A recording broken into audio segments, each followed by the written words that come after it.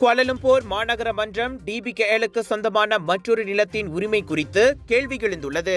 Jalan சராசுக்கு வெளியே 1,29,100 சதுர metre நிலப்பரப்பை உட்படுத்திய அப்பகுதி கிளினிக்கோடு கூட்டங்கள், மாநாடுகள், பயிற்சி பட்டறைகள் போன்றவை நடைபெறும் இடமாக விளங்கி வந்தது.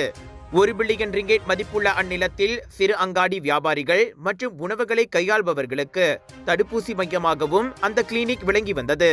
ஆனால் 2003ஆம் ஆண்டோடு அந்த இடம் நிரந்தர மூடுவிழா கண்டதோடு அதற்கான காரணமோ தெரிவிக்கப்படவில்லை.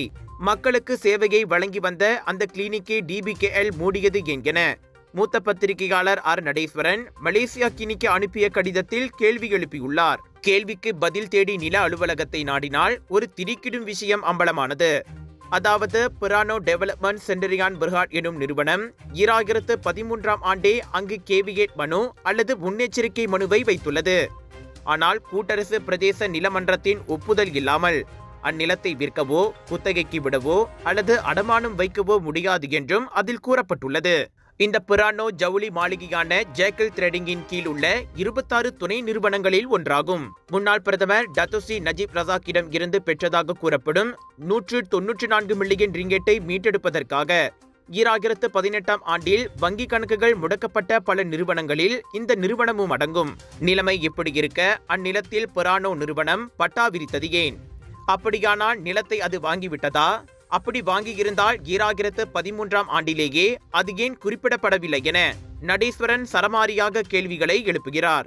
அந்நிலம் சட்டப்படி டிபிகேஎலுக்கு சொந்தமான பட்சத்தில் 10 ஆண்டுகளாக செயல்பட்டு வந்த கிளினிக்கை அவசரமாக அது மூடியது ஏன்? நிலத்தின் மீதான கட்டுப்பாடுகள் குறித்து டிபிகேஎல் அறிந்திருக்கவில்லையா?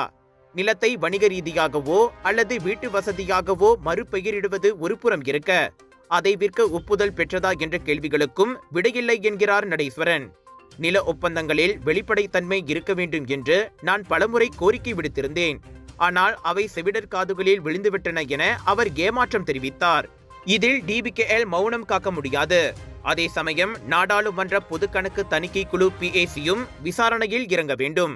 விசாரணை நடத்தி கைவிட்டு போன பில்லியன் கணக்கான வருவாயை மீட்டெடுத்து சமூகத்தின் முன்னேற்றத்திற்காக பயன்படுத்த வேண்டும். இப்போது ஆட்சியில் இருப்பவர்கள் 2022 பொது தேர்தலுக்கு முன்பு இதைத்தானே நமக்கு வாக்குறுதியாக அளித்தார்கள் என நடேஸ்வரன் கூறினார்.